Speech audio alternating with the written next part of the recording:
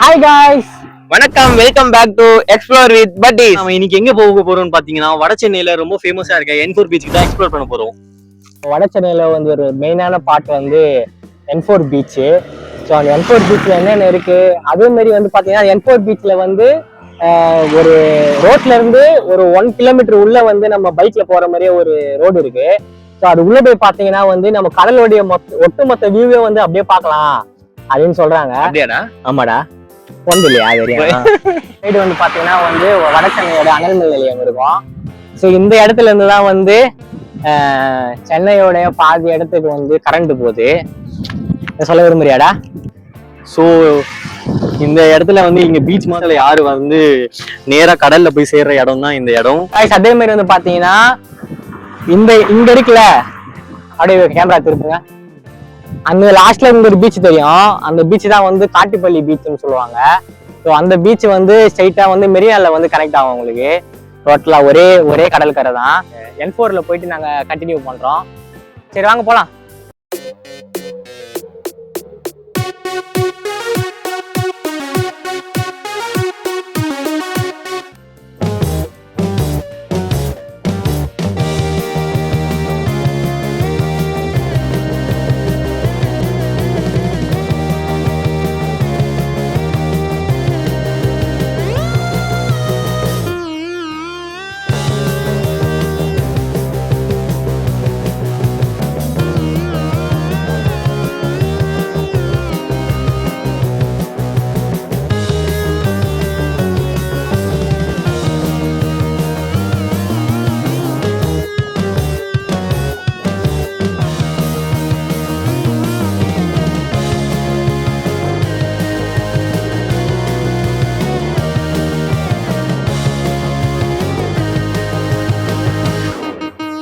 Welcome back to வட சென்னையின் அடையாளமான N4 beach. இங்க வந்தாலே அந்த வட சென்னை பீச் வந்து ஞாபகம் வருது. இப்ப வந்து நம்ம வந்து N4ல வந்து நடந்து போயிட்டு இருக்கோம். இப்ப நம்ம எந்த இடத்துக்கு போக போறோம் பாத்தீங்கன்னா, அந்த லாஸ்ட்ல ஒரு இடம் இருக்குல்ல, அந்த லாஸ்ட் இடத்துல போயிட்டு நின்று எடுத்தீங்கன்னா இந்த கடலுடைய பாதி வியூ, அதாவது இந்த கடலை வந்து நீங்க பாதி வியூல வந்து நீங்க அப்படியே சூப்பரா கடலுடைய வியூ பக்காவா தெரியும் அப்படின்னு சொல்றாங்க. ஸோ அந்த இடத்துல போயிட்டு நம்ம ஒரு வீடியோ எடுத்து வட சென்னையோட மியூசிக்கை போடுவோம். அதே மாதிரி வந்து இந்த இடத்துல வந்து நல்லா போட்டோஸ்க்கெல்லாம் எடுத்துக்கோங்க, சூப்பரா இருக்கும். ஸோ இந்த மாதிரி இடத்துல வந்து நின்றுட்டு இப்படி பார்த்துட்டு அப்படியே எடுத்தீங்கன்னு வைங்களேன், வேற லெவலில் உங்களுக்கு அங்கே போய் காட்டுறேன் நான். இந்த மாதிரி இடத்துல வந்துட்டு இப்படி நின்னுக்குன்னு ஒரு போஸ் இது குத்திங்க வைங்க, நீங்க தான் வேற லெவல்ல இருப்பீங்க. ஸோ மறக்காம வந்தீங்கன்னா, அதே மாதிரி இங்கெல்லாம் போட்டோ எடுக்க வந்து மேலெல்லாம் நிற்கும் போது ரொம்ப ஜாக்கிரதையான இல்லைங்க. இங்க இருந்து கீழே தவறி விழுந்துட்டீங்கன்னா ரொம்ப கஷ்டம். இங்க வந்து என்ன இருக்கும் அப்படின்னு பாத்தீங்கன்னா, சுத்தி பார்க்கறதுக்கு போட்டு, அப்புறம் வந்து இந்த மீன், அதாவது இங்க மீனவர்கள் தான் அதிகமா இருப்பாங்க. இது பக்கத்திலேயே வந்து பாத்தீங்கன்னா உங்களுக்கு காசிமேடு இருக்கும். ஸோ காசிமேடு வந்து ஃபுல்லா மீன் தான். ஸோ அதனால நீங்க வந்தீங்கன்னா நல்ல ஒரு மீன் வாங்கிட்டு போகலாம். கைஸ், ஒன் டைம் ஆச்சு வந்து சும்மா விசிட் பண்ணி பாருங்க. தெரியுமா, இந்த கல்லுக்கெல்லாம் வந்து ஒரு பிசிக்ஸ் இருக்கு. என்ன பிசிக்ஸ்? ஒரு இடத்துக்கும் தகுந்த மாதிரி கல்லு போட்டு வச்சிருப்பாங்க. ஓ தெரியுமா? ஆனா இந்த சைடு பாத்தீங்கன்னா வெறும் கல்லு, பாறாங்கல் மாதிரி இருக்கும். இந்த மாதிரி கல்லு இங்க வந்து பாத்தீங்கன்னா பிளஸ் சிம்பிள் மாதிரி இருக்கும். காய்ஸ், ஆனா எனக்கு ஒரே ஒரு டவுட் மட்டும் கிளியர் பண்ணுங்க. இவ்வளவு பெரிய கல்லு வந்து கிட்டத்தட்ட பல டன்னு இருக்கு, வெயிட் இருக்கும் போல. இந்த கல்லை வந்து எப்படி எடுத்துட்டு வந்து இங்க போட்டிருப்பாங்க? இந்த கல் எப்படி எடுத்துட்டு வந்திருப்பாங்க? ஒண்ணுமே புரிய மாட்டேங்குது. இதெல்லாம் எப்படிதான் நடந்தது? நம்மளும் இங்கதான் இருக்கோம், ஆனா ஒன்னும் தெரிய மாட்டேங்குது. என்ன சொல்றதுன்னு தெரியல.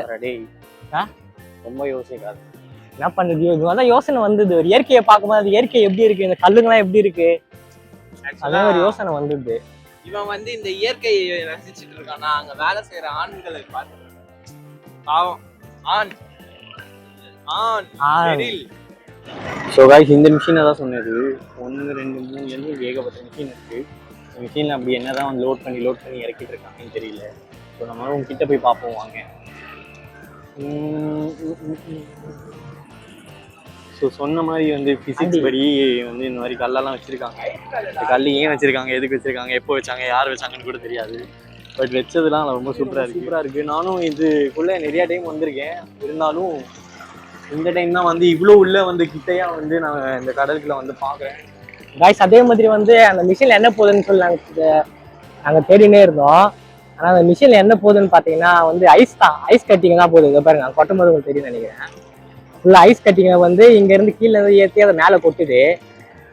ஸோ கடலுக்கு வந்து ஐஸ் கட்டி எடுத்துகிட்டு போகிறாங்க போல இருக்குது. அங்கே வந்து மீனை பிடிச்சி ஐஸில் போட்டோம்னா அதை ஃப்ரீஸ் ஆகுறதுக்காக அதை கொண்டு போயிட்டு இருக்காங்க. ஸோ இந்த மாதிரி எல்லா கப்பலுக்கும் சின்ன சின்ன படகுக்கும் ஏற்றிட்டு இருக்காங்க.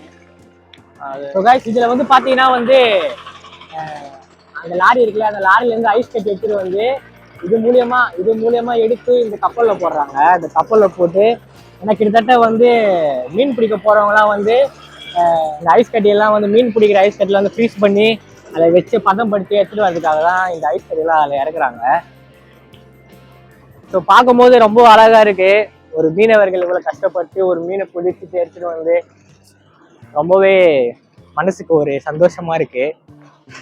வட சென்னையில் வந்தீங்கன்னா கண்டிப்பாக இந்த N4 பீச் வந்தீங்கன்னா இந்த போட்டோ லுக்குக்காகவே கண்டிப்பாக வரலாம்.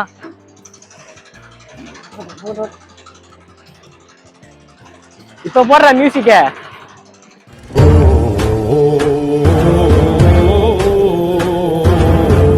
வேற லெவல்ல இருக்குது, பார்க்கறதுக்கு அட்டகாசமா இருக்குது. நல்லா காத்து ஓட்டமா இயற்கையை நல்லா பார்த்து ரசிக்கக்கூடிய வகையில பக்காவான இடமா இருக்கு. நடு கடல்ல இருக்கும். கிட்டத்தட்ட நம்ம கரையில இருந்து 1 கிலோமீட்டர் தூரத்துல இருக்கோம். காய்ஸ் இப்போ நாம தான் ஏரியாவோட டாப்ல இருக்கோம். ஸோ காய்ஸ் நம்ம வந்து வாக் பண்ணி வந்தது ஃபைனலாக வந்து டெஸ்டினேஷனுக்கு வந்துட்டோம். ஸோ இதுதான் வந்து ஃபைனல். ஸோ அங்கே ஸ்டார்டிங்லேருந்து இந்த எண்டுக்கு வந்து 1 கிலோமீட்டர் டிஸ்டன்ஸ். 1 கிலோமீட்டருக்கு மேலேயே இருக்கும். ஸோ கரணம் தப்பினால் மரணம்ன்ற மாதிரி இங்கே பாருங்க, எந்த ஒரு பிடிச்சிட்டு போகிற மாதிரி ஒரு பேலன்சிங் எதுவுமே கிடையாது. ஸோ ரொம்ப மேலே தான் நமக்கு கீழே தான் கடல் அப்படின்ற மாதிரி நின்றுட்டு இருக்கும். ஸோ ரொம்பவே கேர்ஃபுல்லாக வரணும். சைல்ட்ஸ் பேபிஸ் எல்லாம் கூப்பிட்டு வர மாதிரி இருந்தாலோ இல்லை நீங்களே வர மாதிரி இருந்தாலோ ரொம்ப சேஃப் அண்ட் செக்யூராக வரணும். ஸோ இங்கெல்லாம் வந்து மீன் பிடிச்சிட்டு இருக்காங்க. தூண்டில் ஏதாவது மீன் சிக்கியிருக்கான்னு பார்ப்போம். Wow, மாட்டிருக்கு guys.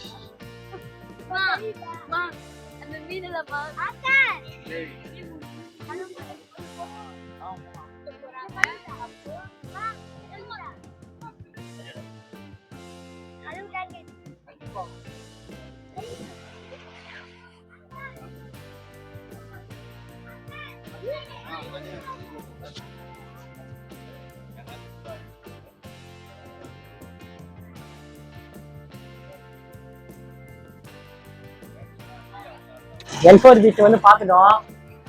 எப்படி இருக்கு பார்த்தீங்களா, வேற லெவல்ல. ஸோ இங்கே வந்து ஃபர்ஸ்ட் இருக்கிறத காட்டிலுமே இங்கே நிறைய பேர் வர ஆரம்பிக்கிறாங்க. N4 பீச் வந்து கொஞ்சம் அதாவது வந்து டூரிஸ்டர் பிளேஸ் மாதிரி கொஞ்சம் கொஞ்சமாக மாறிட்டே வருது. அதனால நிறைய பேர் வர ஆரம்பிக்கிறாங்க. அதே பார்க்காது. ஸோ வீக் டேஸ்ன்றனால வந்து க்ரௌட் ரொம்ப கம்மி. ஸோ வீக்கெண்டுனா இங்கே வந்து நம்ம நிற்க கூட முடியாது, அந்த அளவுக்கு க்ரௌடாக இருக்கும். மீன் பிடிச்சிட்டு வராங்க. ஸோ அது பாருங்க, அந்த வலை இருக்கு பார்த்தீங்களா, அந்த வலையை வந்து அப்படியே அந்த கடல்லையே போட்டு எடுத்துட்டு வராங்க. அதில் அந்த வலையில வந்து ஃபுல்லாக மீன்லாம் மாட்டோம். முன்னாடி சென்டர் சின்ன படகு போகுது, பேக்ல பெரிய படகு, அதை விட கொஞ்சம் பெரிய படகு இது. எல்லாமே வந்து மீன் பிடிச்சிட்டு ஸ்ட்ரைட்டா இந்த படகுலாம் எங்கே போகுதுன்னு கேட்டிங்கன்னா காசிமேடு, அங்கே இருக்கு பாருங்க, அதுதான் வந்து காசிமேடு. காசிமேட்டுலாம் வந்து இந்த மீனெல்லாம் வந்து அவங்க சேல்ஸ் பண்ணுறாங்க. அதே மாதிரி வந்து பார்த்தீங்கன்னா இந்த படகு இருக்குல்ல, இந்த படகு வந்து சில நாட்கள் அப்படியே கடல்ல இருக்கிறதுனால இதில் வந்து ஃபுல்லாக ஐஸ் கட்டியெல்லாம் வந்து ஸ்டோரேஜ் பண்ணுறாங்க. ஏன்னா மீன் பிடிக்கும் போது அந்த மீன் கெட்டு போகாமல் இருக்கிறதுக்காக அந்த ஐஸ் கட்டி வந்து ஸ்டோரேஜ் பண்ணி நல்லா பார்த்துக்கிறாங்க. ஸோ கைஸ் இங்கே வந்து பார்த்தீங்கன்னா ஒரு போட்டுக்கே வந்து எத்தனை பேர் வேலை செய்கிறாங்கன்னு பாருங்க. ஸோ வலையை வந்து எடுக்கிறாங்க பார்த்தீங்களா, கடவுள பெரிய போட்லாம் இருக்கு பாருங்க. ஃபுல்லாக வந்து நம்ம இந்தியாவுடைய கொடி தான் வந்து ஃபுல்லாக மேலே மாட்டியிருக்காங்க. போதை இல்லாத தமிழ்நாடு அப்படின்னு சொல்லிட்டு போட்டிருக்காங்க. போதை இல்லாத தமிழ்நாடு எழுத்துல தான் இருக்கு. நாங்கள் எதுவும் சொல்கிற மாதிரி இல்லை, உங்களுக்கே தெரியும், பார்க்குறவங்களே தெரியும் அது அப்படின்ட்டு. ஸோ இதுதான் வந்து N4 பீச், பார்த்துக்கோங்க.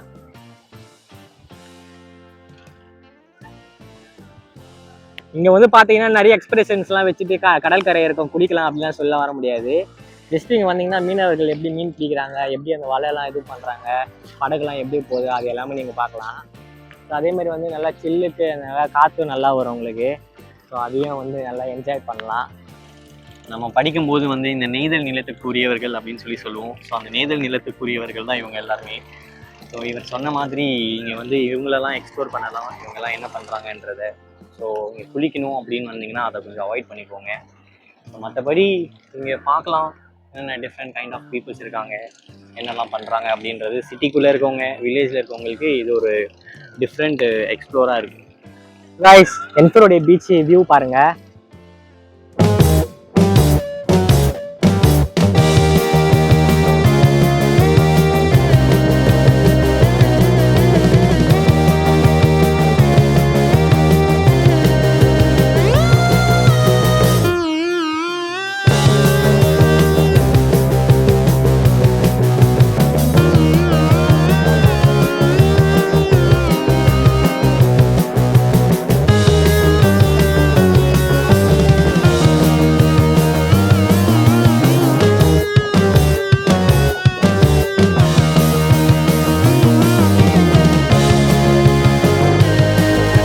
என்ஃபோர் வந்து நாங்கள் கொஞ்சம் அளவுக்கு எக்ஸ்ப்ளோர் பண்ணி உங்ககிட்ட காமிச்சிட்டோம். நீங்கள் பார்த்துருப்பீங்க என்ஃபோர்லாம் எப்படி இருக்கும்னு சொல்லிட்டு.